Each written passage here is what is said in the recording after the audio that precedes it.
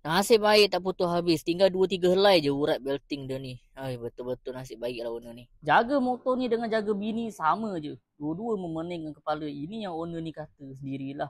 So hari ni sebiji Honda Beat datang tengah bawa tiba-tiba Muji meletup. Tapi owner dah boleh agak apa yang jadi sebab dah 3 kali kena benda yang sama je. Alang-alang owner ada dekat Semenyih sebab ada tugasan dekat Semenyih. So dah hantar motor ni ke Dana Garage Cawangan Semenyih.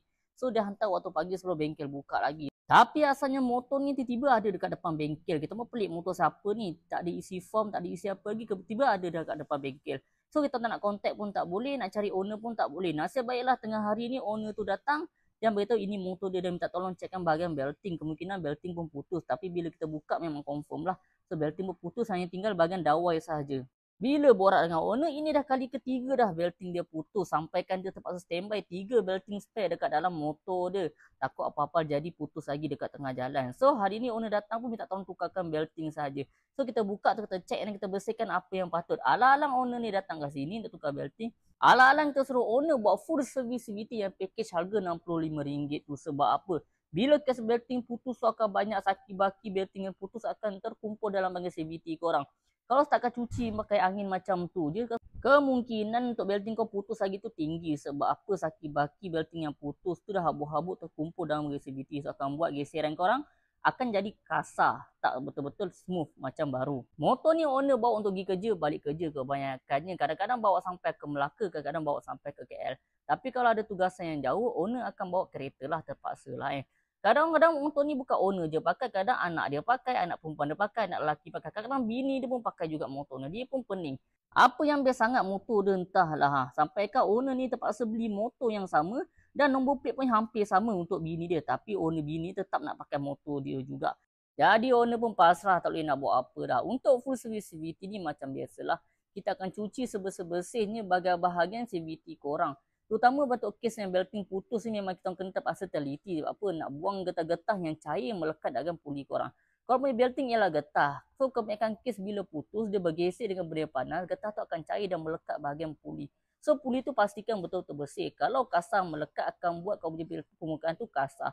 So dah tak elok untuk bergeseran. So lepas cuci menggunakan sabun dan petrol, so kita yang biasalah, kita tembak angin bagi bersih untuk part-part yang penting. Kadang-kadang ada yang buat servis CVT kat rumah, bila basuh dengan sabun, ini kau pasang macam tu dia tak lap. So tak digalakkan lah. Memanglah ada kawasan-kawasan panas.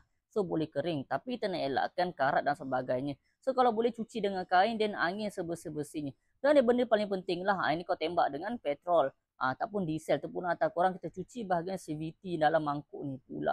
Ni kalau dah kes belting putus ni memang degil kotoran dia. Sebab apa? Kebanyakan getah-getah habuk-habuk tu akan melekat dekat dalam celah-celah bahagian CVT mangkuk korang ni. So kita cuci sampai bersih, sampai berkilat. So macam motor baru. So bila dah cuci, kita tembak kat angin macam biasalah. So ini barulah kita cuci servis CVT kan. Berkilat sampai tengok muka korang. Ini part yang paling penting. Make sure kita letak re-grease. Dan grease kita pakai grease yang jenis high temperature. So grease jangan kedekut dekat kawasan yang penting. And then jangan terlampau banyak dekat tempat-tempat yang tak perlu tak terlampau banyak grease. Contoh roller tak pun bush tengah bahagian puli depan korang. Ini letak sikit saja untuk asal boleh. Untuk bush tengah ni ada yang tak pakai grease langsung. Tapi tu tak galakkan. Sebab apa? Bila tak ada grease langsung akan bunyi bising motor korang nanti. So banyak housing rumah bush tengah korang ni makan disebabkan kering. Tak ada grease langsung pun banyak motor-motor ADV banyak yang terkena. Jadi bila kita dah letak grease kat semua tempat yang patut, ini kita pasang macam biasa. So kalau cara kita orang pasang, biasanya kita akan pasang ikut belakang dulu lah. Kepit puli belakang korang and then masuk macam biasa. So macam-macam cara sebenarnya teknik untuk pasang ni. Mungkin ada yang tanya kenapa punca motor ni sampai 3 kali belting putus. Kebaikan kes jadi kenapa sampai tukar belting baru still cepat sangat putus. Ada kes ya bahagian puli depan korang dah start makan berlekuk. So tukar belting baru pun akan makan cepat and then putus balik. Lepas dah pasang macam biasalah hidupkan motor korang and then try running, try jalan motor ni. Macam biasa kita akan test motor ni dekat luar. Kalau tak ada masalah boleh kita serahkan dekat owner macam biasalah. So settle untuk kes motor ni. So untuk korang yang ada masalah motor korang nak kita check tak pun nak servis motor korang, nak tukar minyak hitam, tukar minyak gabok, tayar dan sebagainya, boleh datang ke mana-mana cawangan dan garaj yang terdekat dengan rumah korang, tak ada masalah. Yang penting apa-apa kau PM kita orang dulu.